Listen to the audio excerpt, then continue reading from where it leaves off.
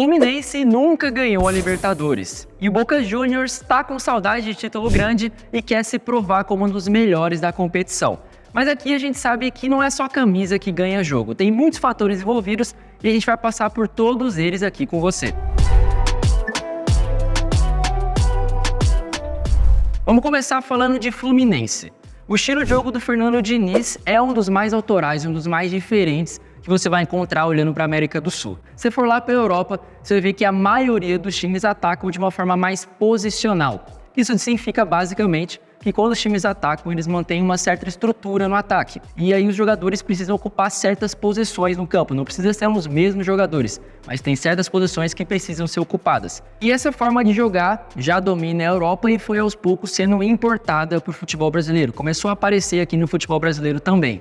Só que quando a gente olha para o time do Diniz, ele é o oposto disso. Até por isso ele se autodefine como aposicional. Muita gente também chama o seu estilo de jogo de funcional, outras pessoas não gostam muito desse termo, e o New York Times, quando for fazer uma matéria do Fernando Diniz, chamou de relacionismo, esse estilo de jogo, se referindo ali à relação entre jogadores. Olha o que está acontecendo nesse exemplo aqui, olha a quantidade de jogadores que estão próximos do setor da bola, e olha também o ponta esquerda que saiu da sua posição lá do outro lado para vir chegar perto de onde está acontecendo o jogo.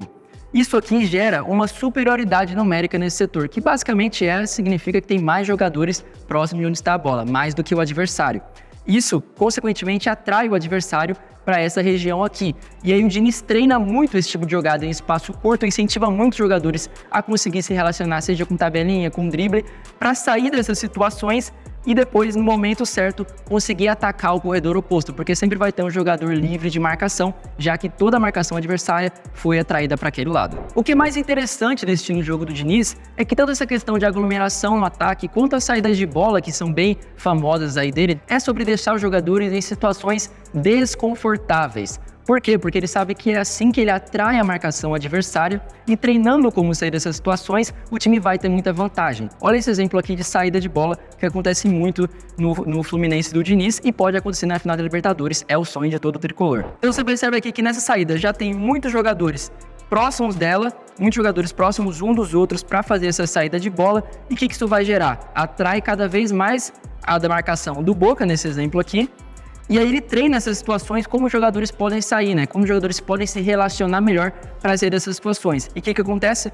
Quando ele consegue sair dessa situação, aí ele vai ter campo aberto. Aí você vai deixar todos esses jogadores do Boca aqui para trás da marcação e vai ter só 3 jogadores lá na frente. Então você vai ter superioridade numérica e você vai ter vantagem, porque os jogadores do Boca vão estar correndo para trás. Então esse tipo de situação é sobre deixar os jogadores desconfortáveis para depois gerar uma situação de muita vantagem para o time no ataque. Dentro disso tudo, a formação mais usada pelo Diniz é o tradicionalíssimo, aí que você vai ver quase em todos os times brasileiros, o 4-2-3-1.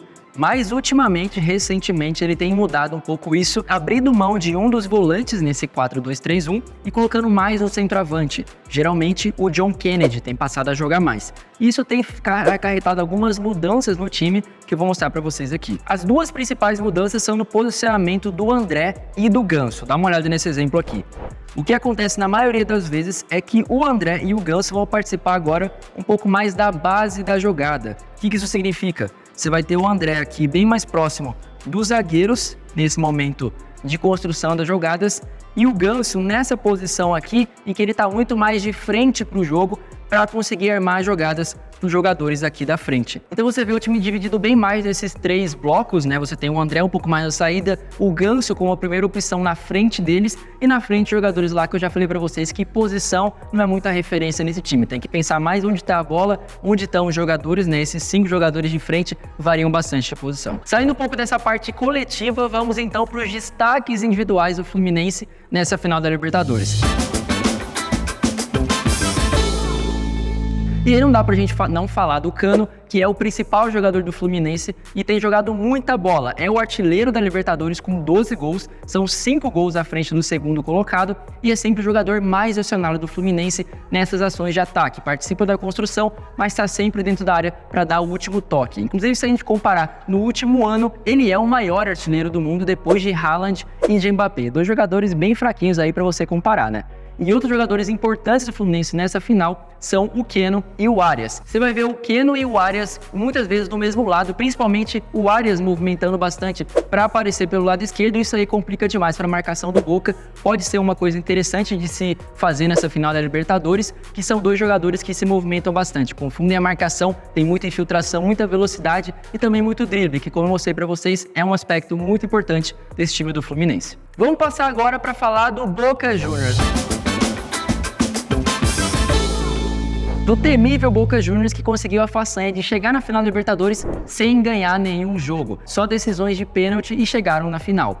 Isso por si só já mostra um pouco do que a gente vai falar aqui. Que diferente do Fluminense, que é um time que pega muito na parte com posse de bola, né, que a gente falou muito das ações dele com posse de bola, no Boca Juniors o mais importante é a gente pontuar também como que essa defesa é muito forte e fez o time chegar até aqui. Vale falar também que o Boca é um time que utilizou várias formações diferentes durante essa competição nos últimos jogos. Muitos jogos ele jogou com 3 zagueiros, né, no 3-5-2, e aí tendo lá na frente os 2 centroavantes, Cavani e Merentiel, e em outros momentos um 3-4-3, deixando só um centroavante e 2 pontas para auxiliar ele, mas nessa final eu imagino que ele vai usar o 4-4-2, que ele usou bastante também, principalmente porque um dos zagueiros dele foi expulso no jogo contra o Palmeiras, então eu imagino que para colocar mais outros 2 zagueiros talvez seja muito arriscado. Mas defensivamente, um dos seus aspectos principais é o que a gente chama de compactação defensiva, que nada mais é do que diminuir os espaços entre as linhas de marcação. Olha nesse campinho aqui como que os jogadores estão diminuindo muito os espaços existentes entre as 2 linhas de marcação. É nesse setor que o Fluminense vai querer atacar, que qualquer time do mundo vai querer atacar mais, que é o setor mais perigoso.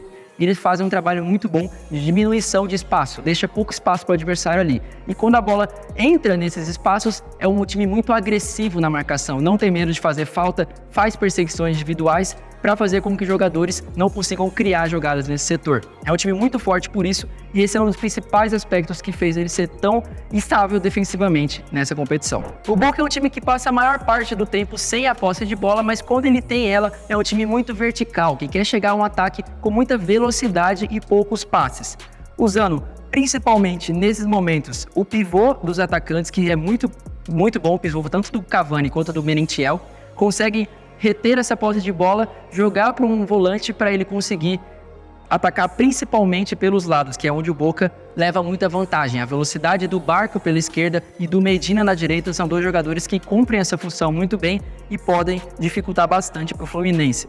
Perceba aqui como os 2 jogadores já estão atacando os espaços vazios e isso dificulta muito.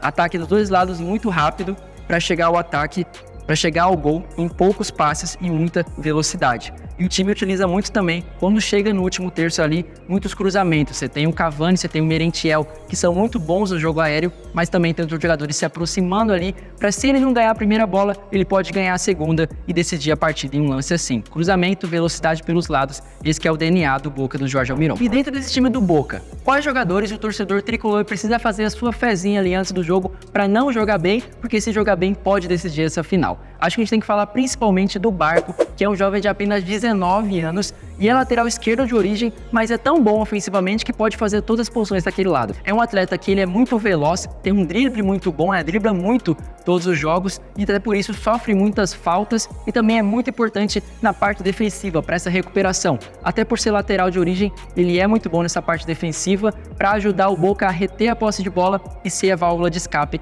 quando ele precisa atacar. Outro destaque individual importantíssimo do Boca Juniors é o goleiro Romero, porque a gente sabe que o Boca Juniors passou por todas essas fases sem ganhar nenhum jogo no tempo normal, e aí você tem o Romero como um atleta muito fundamental no time nessa parte das cobranças de pênalti. Desde que o Romero chegou no Boca Juniors, ele é o goleiro que mais defendeu pênaltis no mundo. São 23 cobranças de pênalti e 12 defesas, um aproveitamento excelente aí de 52%, e pode ser muito a estratégia do Boca, ficar mais fechadinho atrás e fazer com que o jogo vá para as cobranças de pênalti, porque você tem um goleiro que é mais do que um especialista nesse tipo de lance. E outro jogador que também precisa ficar de olho, claro, é o Cavani, porque o Cavani é o Cavani. Vocês sabem, não vou ficar me alongando aqui, o cara é muito bom para matador e decidir o jogo.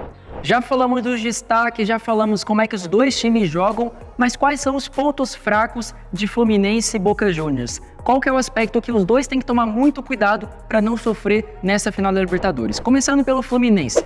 Pelo seu estilo de jogo do Diniz, já é um time que ele já é suscetível a tomar mais contra-ataques. Se a gente for olhar aqui no campinho, esse aqui é o pesadelo de todo o tricolor. É o que eu vou mostrar para vocês aqui, não é para ficar com medo e dormir pensando nisso, mas olha aqui o que pode acontecer. Essa aglomeração de jogadores do Fluminense no lado direito, por exemplo, e aí se o Fluminense perde a bola ali e não consegue pressionar com muita eficácia, não consegue pressionar o adversário de uma forma coordenada para impedir que esse contra-ataque saia, pode acontecer o seguinte: o jogador tem espaço suficiente para inverter a bola de corredor. E eu já falei para vocês que o Boca usa muito os corredores laterais para o contra-ataque, e aí se inverte a bola lá para o outro lado com velocidade, isso pode complicar bastante o Fluminense, porque vai precisar correr para trás e o Boca vai correr para frente por todas as direções.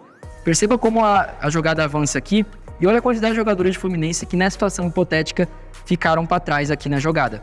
E olha também a quantidade de jogadores do Boca que estão atacando os espaços vazios deixados pelo Fluminense.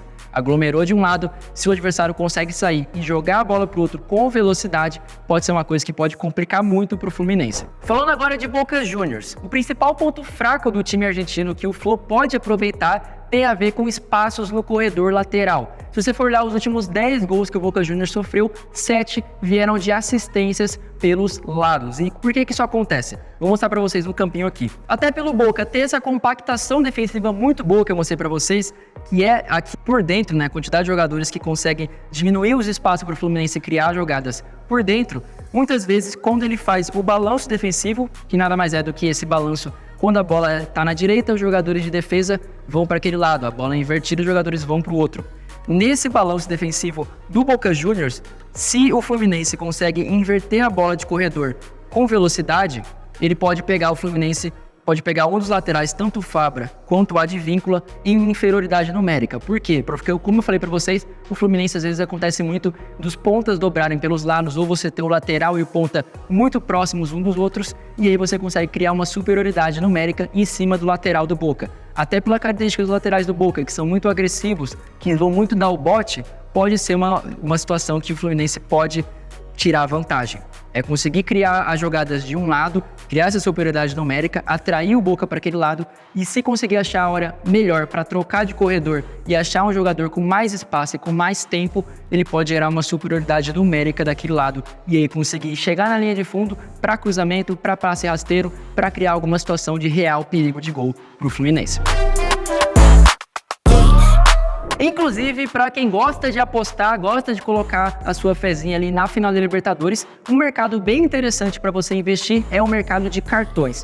Por quê? Primeiro porque é Brasil e Argentina numa final de Libertadores. E também tem jogadores que costumam fazer muitas faltas dos dois lados. Felipe Melo de um lado, quase todos os jogadores do Boca também fazem muita falta. E até pela situação tática que eu passei para vocês aqui. O Boca tentando trocar de corredor quando recuperar a bola e o Fluminense vai pressionar bastante e vai às vezes tentar fazer a falta para parar a jogada. A mesma coisa do Boca. Quando o Fluminense inverte de corredor ali para tentar pegar um jogador livre de marcação, um jogador com mais espaço, também vão tentar parar essa jogada com muita rapidez para não fazer o Fluminense criar uma situação de gol. A gente sabe que final de Libertadores é um jogo muito truncado, então fica de olho ali no mercado de cartão, que eu acho que é uma boa. Depois de todas essas informações que eu passei para vocês, quais são as conclusões que a gente pode tirar para essa final de Libertadores? A primeira coisa é que não vai ser um jogo fácil para nenhum dos dois lados. A tendência é um jogo muito truncado, com muitas faltas e poucas chances reais de gol.